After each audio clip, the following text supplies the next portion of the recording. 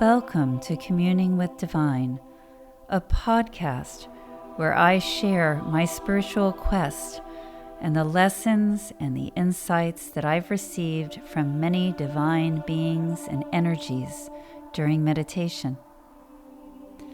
I am your host, Meraki. Now, let's begin. Hello and welcome back. I'm not going to take too much time to talk ahead of diving into this episode because it is going to be pretty long. But I just wanted to make the point that this is a continuation of the discussion that Divine's been having with me, encouraging me to really understand and master my hesitancy, my ego, and the basis of both, which is fear. So, having said that, let's begin. February the 14th, 2023. The goddess Aletheia is saying that as I open myself up to truth and to my own truth, more will come. There will be a more positive flow, because these things have acted as a barrier to that flow. The sages Balthazar and Melchior say, "You have been gifted with great insight into wisdom. You must share the wisdom. Should you delay this task, another block of resistance will form. You must ask yourself, where does this hesitancy come from? Look within. Is there fear? I'm looking and I'm sensing, and yes, there's a little bit. It's not a big fear. It's so small, but it is there, yes. So they're saying to me that right now I'm coming to a pivotal point. There's a lot of work involved in preparing the podcast, and they are recognizing this, that it takes time. But they're letting me know that if I hesitate, despite being prepared, then I'll tip the balance that exists between ensuring that I'm prepared to share and being good to go. And this tipping will come from fear and will cause me another block, which is obviously something that I don't want. They're explaining that what is a slight, tiny fear that's causing a little bit of resistance will then become emboldened through my response to its presence. It will grow and become embedded, and this will result in a full resistance or block. This can happen quickly because it's an old fear, and it's one that has been overly influential in my life up until now. It knows me well, and it knows its way around me.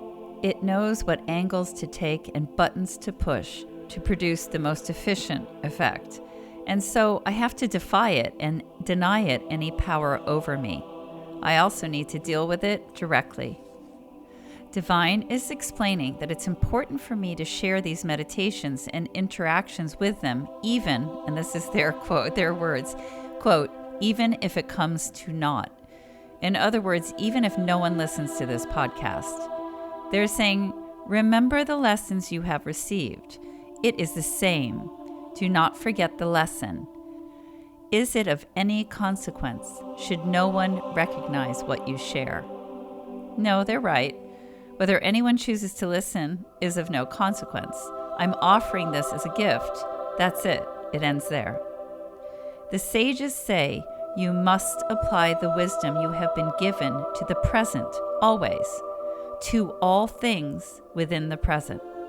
The lesson is not given for the lesson to sit within the period of time it was imparted, as if its relevance is limited to that moment. The wisdom of the lessons is to be applied always and to all things within the present. Okay, well, clearly I just got majorly but lovingly admonished. I want to say I feel stupid, I say to them, but you already know that. The sages reply, it is not for you to feel, as you say, stupid. This is not the purpose. The purpose is to bring awareness, to allow for deeper learning and growth.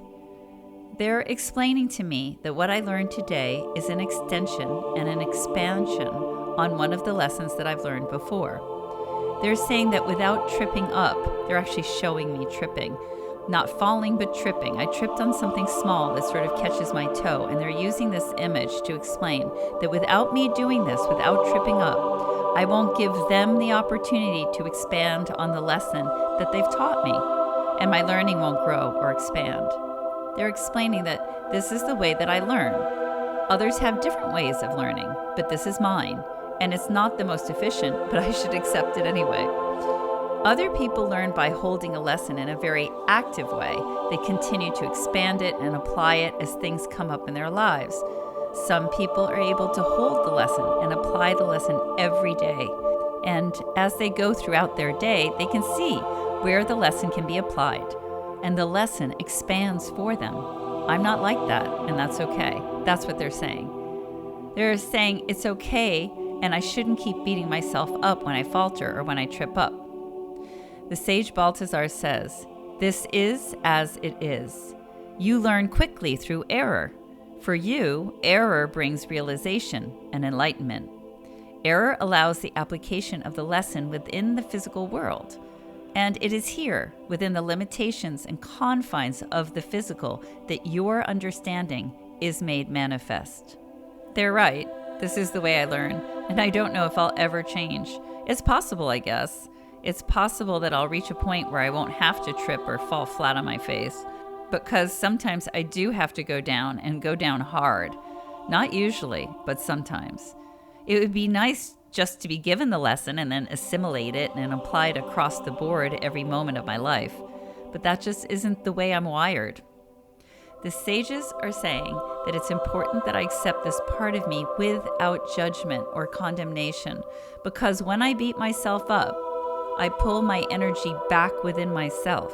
I pull the energy of my true self in and I hide it when it's meant to be shown and shared, as it is with everyone. We're all supposed to share our true energy.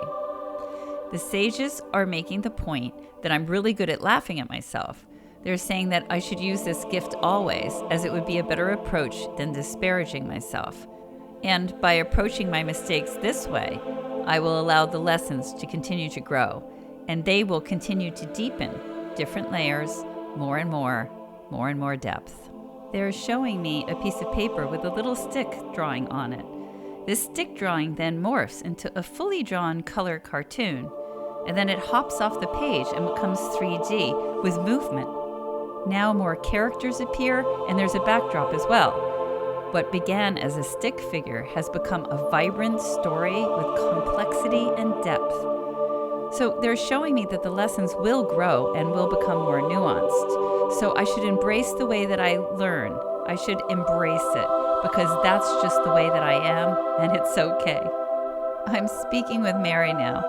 I'm saying I can feel it. I can feel the flow, and it's very exciting. I can truly feel the connection with all of you, and it's amazing. Mary says, more will come. Remain open. Honor yourself. Honor your duties. Honor your mission, and more will come. The flow. As she says the flow, she's showing me the gates of a dam, and she's explaining that what I've done has lowered the gates that represent my resistance, so that the water is able to flow to me more freely, as it always should be for me and for everybody. So that's what I'm feeling, that energy. The energy flowing like water to me, because I'm allowing the active connections that have always been available to me. She says, recognize this, honor it. Honor the work that you do with us. Honor the work that you are doing on the physical plane as an offering to others. She's showing me with my hands opened out flat. There's something in my hands. I don't know what it is, but I'm standing there in front of millions of people and I'm just offering. If they want to take it, that's fine. And if they don't, that's also fine. It doesn't take away from my offering. I'm with Mother Universe now, and she's asking me if I understand what has been shared with me today. Do I understand about the offering and why it's important? Do I understand about how I learn and how the lessons and the experiences build on one another? She's showing me a rose, and she's showing it opening. It's opening in layers. If each layer of the petal doesn't open, the center cannot, and the rose can't fully bloom. She says, do not judge yourself for not fully understanding and using the lessons you have been given in their totality. Each lesson is like that rose for me. Some people can jump right in and the layers of the rose will open in quick succession like a firework. But the way that I function, the way that I work, the outside layers have to open first. And then as the outside layers start to open, the inside petals start to loosen up, and then they also open as well. And finally, my rose fully blooms, and I can look on the lesson in its totality. She continues, the lessons are never fully learned. They can never fully come into fruition within the physical world. We're always learning when we're here, but this is about to what level, to what stage I can enable the rose to bloom. It's about enabling the lesson to take hold within my life and within me and my understanding to the best of my ability. And she's saying that this is important for me to understand. She says, listen to what the sages have said. This is how you work, and this is as it should be. These lessons are unfolding within you. Now, Mother Universe is showing me the importance of taking care of the rose. It needs the right soil and the right amount of water, the right amount of sunlight. She's explaining that I need to tend to these lessons with love in order to keep them healthy and vibrant and allow them to take root, to allow them to take hold in my life and unfold further. And as my life continues on, and as I sit within my true vibration and honor myself and divine, as I observe what I've tripped over with understanding and humor and not judgment and condemnation, another layer of petals will open for me. And I will get closer to the center of the lesson. It's just the way that I work. And I need to honor the way that I work and not be down on myself about it, because then it's just not the right environment for the rose to bloom. February the 18th, 2023. I'm with Mother Universe, and she states, know this, divine does not sit in judgment. Divine sits in observation. I say that I understand. Now she asks, what do you see? Well, I still see that vortex on the front of your dress and the number 3, or the squiggle that reminds me of a number 3. I can still see the dial above your head that's still in alignment, and I can see the dial within my third eye that is also in alignment. I see that they are still connected by a beam of energy. And now you look normal to me, but for a second there you look different, older. It was just a flicker, but I saw it. In relation to the flicker, she's explaining that there are many aspects to everything. And when I see flickers, I should pay attention and not discount them. In this case, what I saw with her is the representation that the universe is both very old and also very young. It's a matter of perspective. For those of us who have limited lifespans, the universe seems vast and old, ancient.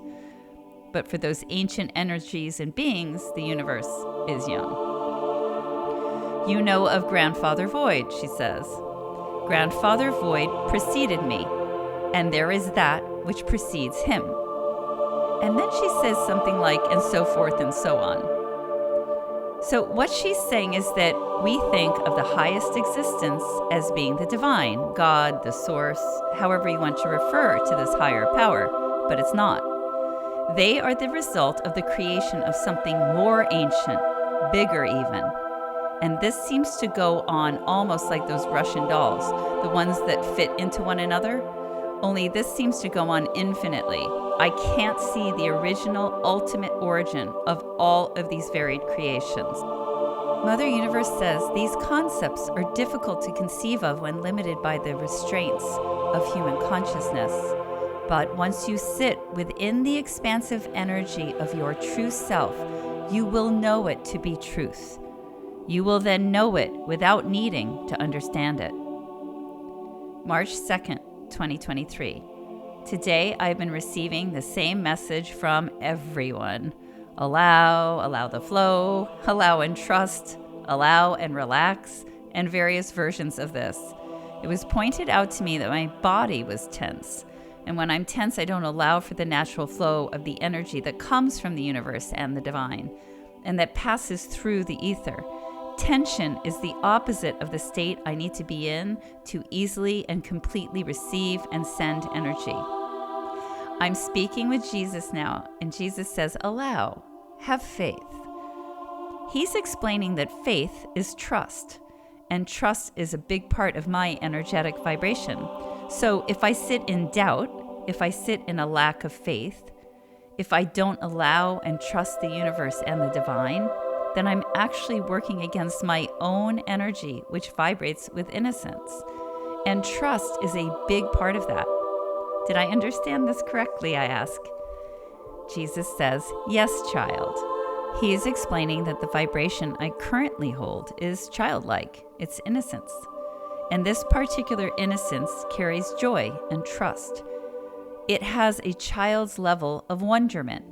And when I honor my vibration, things come to me easily because I trust them all completely.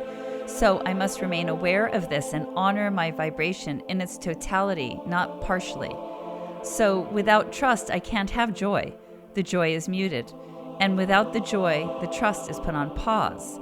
Without joy or trust, the childlike wonderment dissolves and my vibration of innocence is overlaid by something that is not me. This affects my work with them, all of them. But this is easily remedied through awareness. I am speaking now with Mary, who says, all is well, child. Trust in the universe. A great one has come to you. She's talking about the wise old man. She's explaining, he has been called to you. But she's indicating that the call to him actually came from me. Is that correct? She's indicating yes. She says he is very old. He is very wise. This is true. I did note that he seemed very wise. He seems very powerful as well. He's huge. He's like the mighty ones. He's really, really big. Mary says, take heed, take heed. All is well, child. I am a little bit confused about something, and I do have some suspicions, so I'm going to call in the wise old man who I spoke with the other day. I call upon him, and I say, are you the watcher? Are you one and the same? He's asking me what I think. I think you are, but I don't want to pigeonhole you because I've been wrong about things before. He says, I am the watcher. But how can I see through your eyes? He's explaining that he is an ancient part of many of my incarnations who has never himself incarnated. He connects all things of me, all expressions that are me that have incarnated, even though he has not. He's showing me many different versions of myself, my energy in many forms. And each of these forms, expressions, or incarnations have a higher self, and these higher selves all connect to him. He has the long vision oversight of all of this, of all of my incarnations and expressions. I'm asking him if I understood this correctly, and he says yes, but I'm understanding and explaining it in a very basic form, sort of like if you were reading a book at a kindergarten level versus PhD, and I guess I'm reading the kindergarten level book. He says, this will do for now. Understanding will come. I stand behind you and watch over you. I see the all of you. You see through my eyes as I allow. For this part of you is also a part of me, and yet I have never incarnated. It is not my wish. It is not my purpose. Listen well to what I have to say. The time has come for you. The time has come for you. You have reached yet another crossroads. This is a crossroad of liberation. This is a crossroad of casting off that which you have outgrown. This is the crossroad. He is showing me now. I'm standing on a path, and it's a little bit on the dark side. And there's literally a line that I can see where the sun shines down on the other side of this path. I know what I'm supposed to do. I'm taking off what I'm wearing, which is kind of like a onesie. I'm stepping out of it. I'm putting it with great respect on the ground behind me. The watcher says, everything of your path is deserving of respect, for it has taught you much. Show appreciation for the lessons and for those who delivered them, for without them you would not be here. I turn to look back at the path that I have walked, and then I bow to all that came before this point where I'm standing. I'm understanding that there must be appreciation. I'm going to speak to the past. I say, I thank my past for everything, for the sorrows and for the joys, for the challenges and the challenges met, for the successes and for the failures. I thank all of those who have walked with me up to this point, all of my teachers, everyone. I thank all of those who have loved me and all of those who have not. I release the past. I release all of my past experiences with love and with the deepest appreciation. For without all of you and without all of this, I would not be here in this moment, in this time. Thank you. Now I turn and face forward. The Watcher is here to help me with this. He's come forth because without him, I could not make this step. He's come to me because without him, I may hang on to this suit that I no longer need. It was like a furry onesie that I needed to keep me warm as I walked through the place that was darker and colder. And now I'm going to step into the warm light of divine, so I don't need it anymore. But sometimes we falter, and sometimes we take even little fibers of the past with us. The Watcher says, there is no need, child, to take the things of the past with you. Begin anew. Begin unfettered, unburdened by the past. I'm turning to the light. It's almost like there's a diaphanous barrier, sort of like a curtain, but it's not wavy like a curtain is. It's straight. I think I'm supposed to step through it. May I? The Watcher says, it is time if you are willing. And I am willing, and I'm excited. So the Watcher says, then so be it. I step through to the other side of this diaphanous curtain. And when I look back, I don't see any darkness at all. The path that I walked on was lit the same way as the path on this side of the curtain, which I think is interesting. I was naked as I stepped through the curtain, but as I stepped through, I found myself garbed in what is appropriate for this part of my journey. I'm wearing very loose robes. I do have sandals, but I'm being told that I can take off the sandals if I prefer, which is hilarious because clearly they know I prefer walking in bare feet. I'm understanding that the sandals are there in case I need them, in case I go through rough patches. I ask the Watcher, will you be remaining with me? And he replies, I am always with you, child. I have always been with you. You were just unaware. Now I'm saying that I don't know what to call him. The Watcher, the Wise One. Another name? He says that for the moment, just knowing that he's there and knowing his purpose is enough. That I should recognize him every day as I do my calling in. He will walk with me very closely. He will walk with me during the first part of the journey on this new path. It's like the mighty ones. They walk with me. They're around me all of the time. I'm very conscious of them. I'm conscious of the divine and the universe as well. But the mighty ones are really close to my energy field, and the Watcher is like this too, now that I'm aware of him. He's actually standing right next to me. He says, release that which no longer serves you. Release that which you have outgrown. A child cannot stay in the nursery forever. I'm speaking with Mother Universe now. I'm telling her that she looks beautiful. And I'm saying I can see that you still have the number 3 and the vortex on your dress. She says yes, they will remain until such time as they are no longer needed. The dial is still there and the 2 dials are still connected. Everything is so clear to me today. Now I can see that there are actually symbols on the dials. I thought that they were just dots, but now that I can see more clearly, I can see that they're symbols. You may ponder the symbols another time, she says to me. She's explaining that today is a day of celebration. It's because of this forward movement and change. And this makes me really happy. March 2023. I had read something that I had interpreted in a negative way, and it affected me. And since what I read made me sad, I became frustrated with myself because I felt that I was remaining stagnant and couldn't remember how to apply what Divine had already taught me. So I was impatient about my lack of progress. The following session is a result of this. The Archangel Michael says, perhaps you misunderstood what you have read, but perhaps this misunderstanding is fortuitous, for it allows you to uncover something of which you were unaware. This work is important, child. Look not forward to the end result. Look to the present. This work must be done for the work itself, not to achieve an end result. You know this. He's right, I do. This work is done so that you may be complete, you may be whole, you may be healed. This work is not done for future benefits, for the work itself exists within the present only. You know this, child.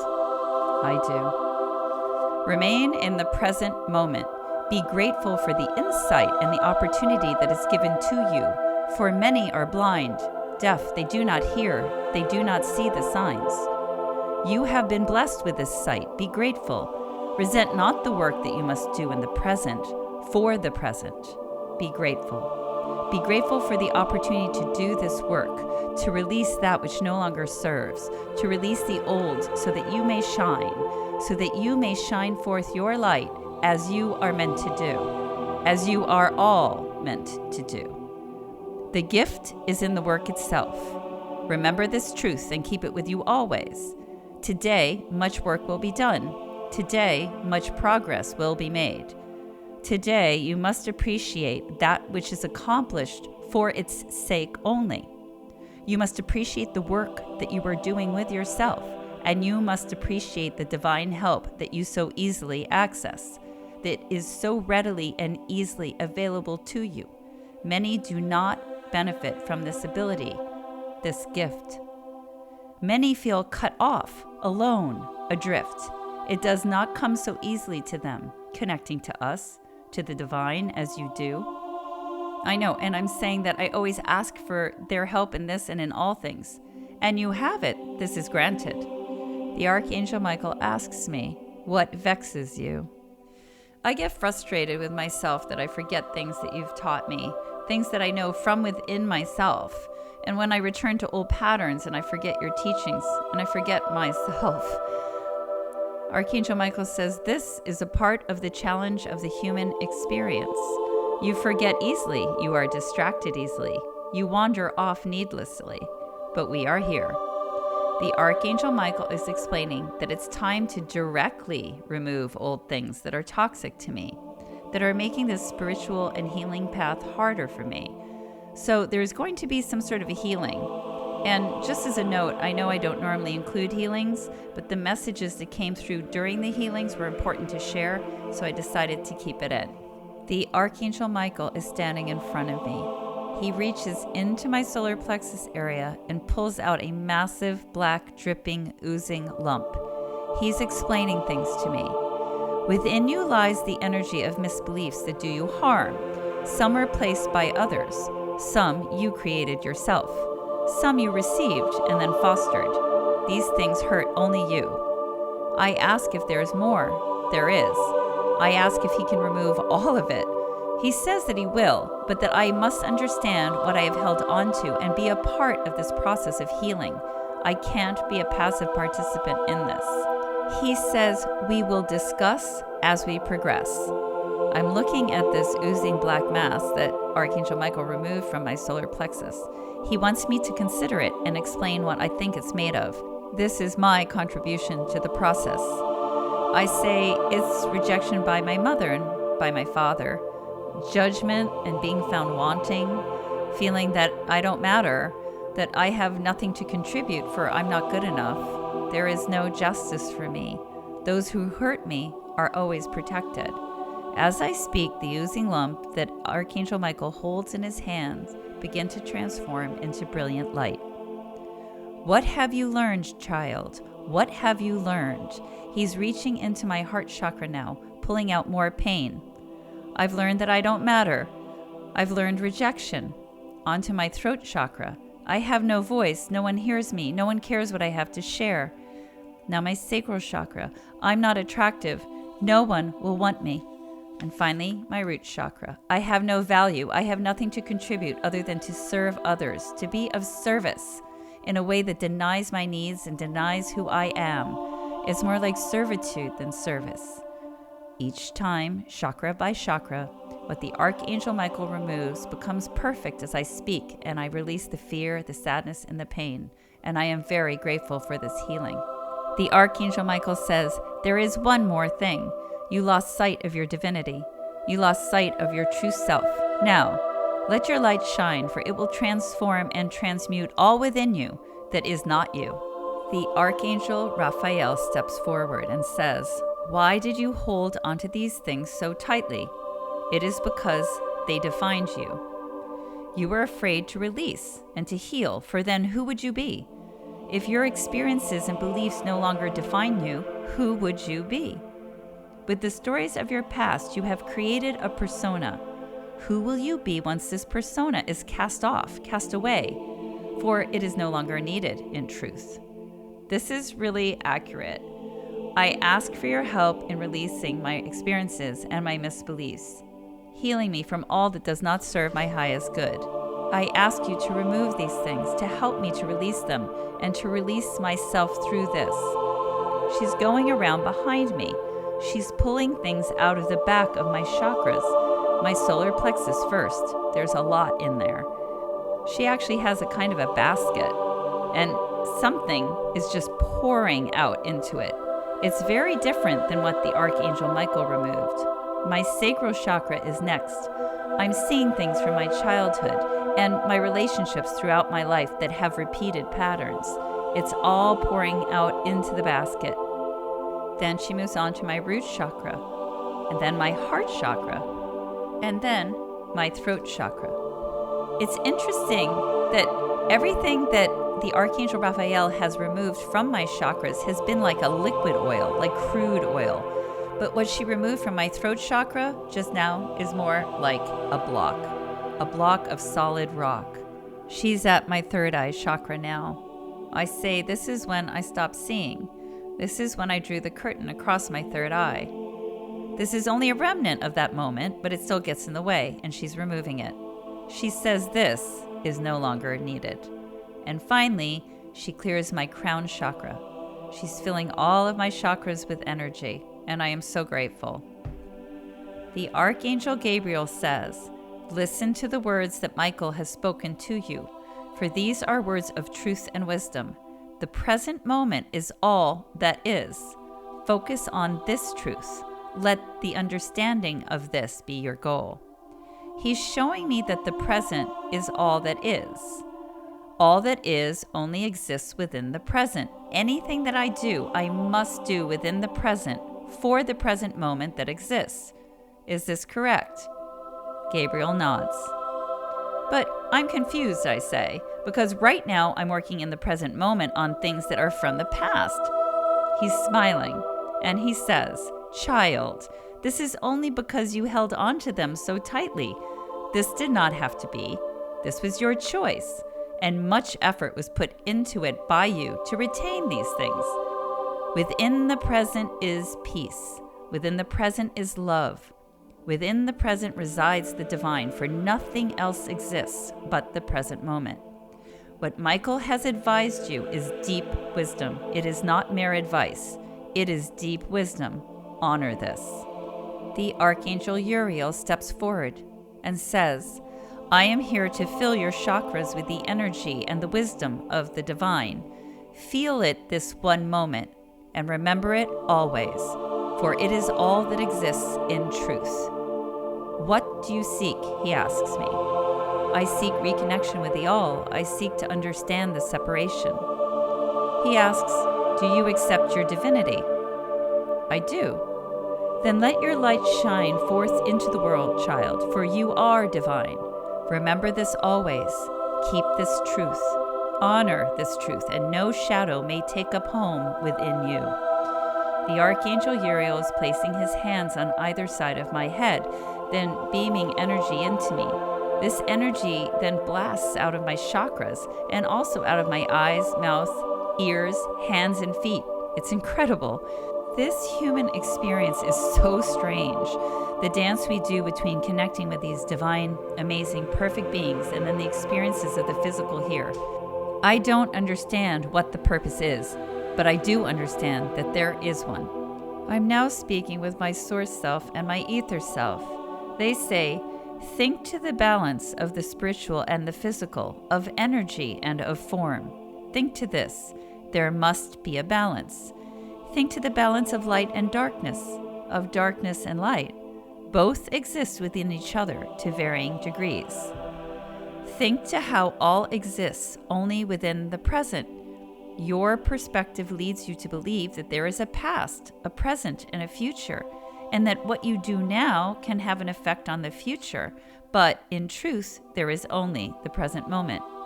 For when you are in what you call the future, you are in truth within the present of what you called the future.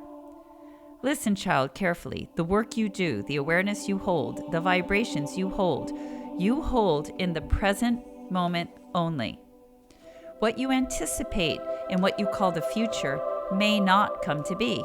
And when you find yourself within that moment that you called the future, are you not in truth standing within the present? I am. Then what you do within the present determines the outcome of that present moment only, nothing more. I ask, but is that always true? They respond, there is no other truth. So I say, well, but what if someone is faced with a situation that they're prepared for, like someone who's a black belt in a martial art and they're jumped by a guy with a knife or something like that? Wouldn't that person defend and save themselves in a way that they wouldn't or couldn't have if they didn't have a black belt? They respond, there are many possible outcomes within that present moment that you have described, and there are many who have trained in such a way who did not realize the outcome you are indicating. You think to know the present moment.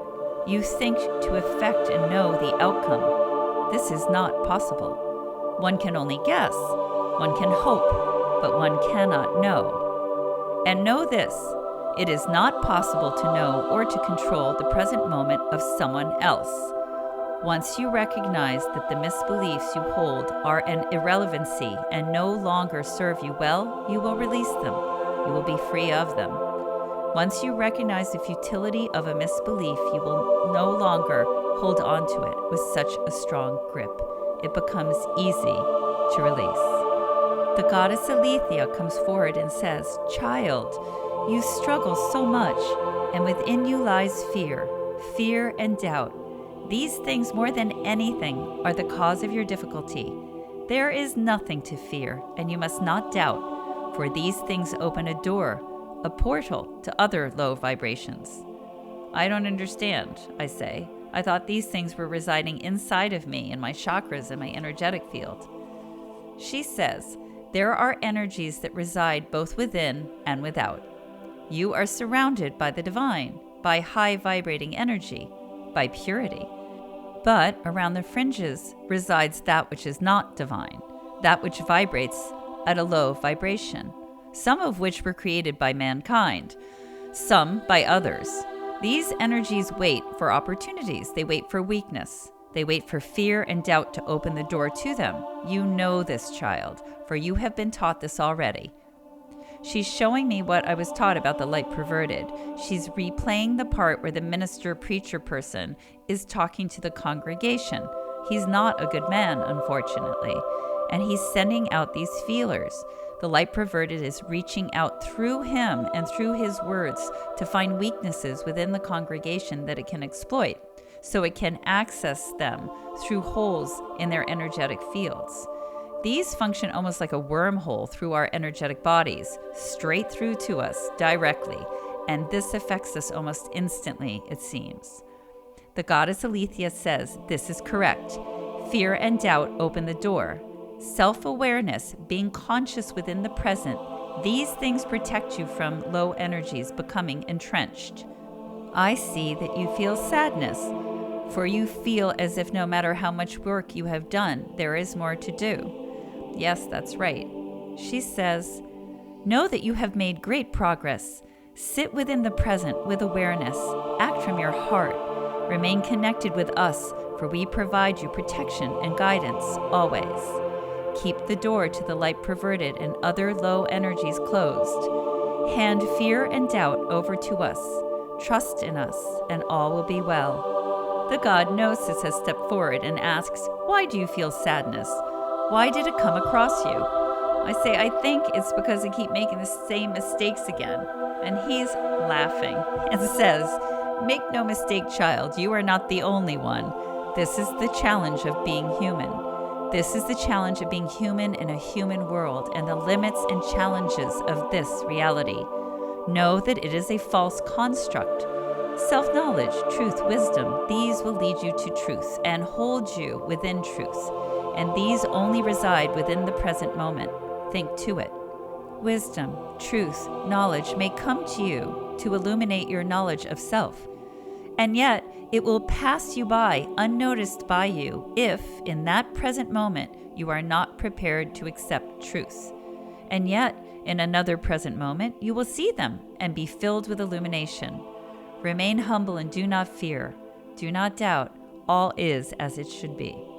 Balthasar and Melchior say, wisdom is clarity of vision.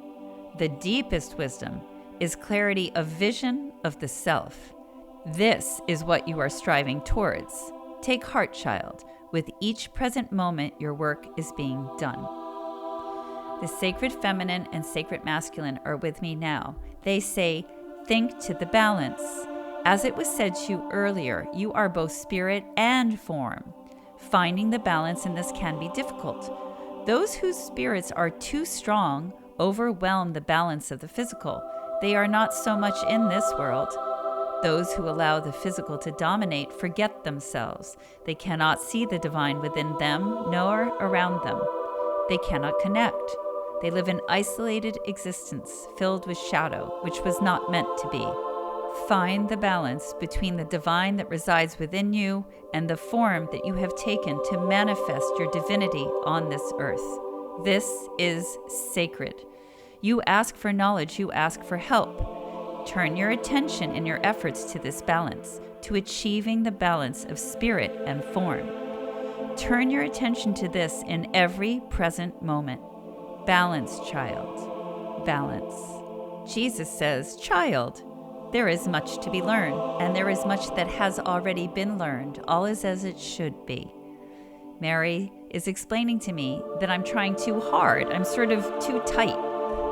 She says to me, this is an indication of fear. Release the tension and the fear is released. All will be as it should be, for you will allow all to be as it should be. This is all. Mother Universe says to me, can you see the dial? I can. Is it aligned or misaligned? It is aligned. And the dial within your third eye? It is aligned as well. And are they connected? Yes, they are connected. Then fear not. Doubt not. All is as it should be. You have created much in the energetic realm. It is being made manifest within the physical. Relax and allow. Trust and believe. Be open to the bounty of what I can and will provide for you, and open yourself up to the mercy and the grace of the divine. You are much loved, child. No harm will befall you. No harm can befall you. Release your fears. The wise one, who is the watcher, is saying that I certainly got an earful today. A lot of work was done. And now he's filling me with a golden light. And he says, only fear will cause you to falter. Relax, trust, and know. Know that you are loved. Know that you are protected. Know that all is as it should be and always will be. I want to thank you all for sticking with me through this episode. I know it was long. I hope you'll join me for the next one, and I wish you all a great day.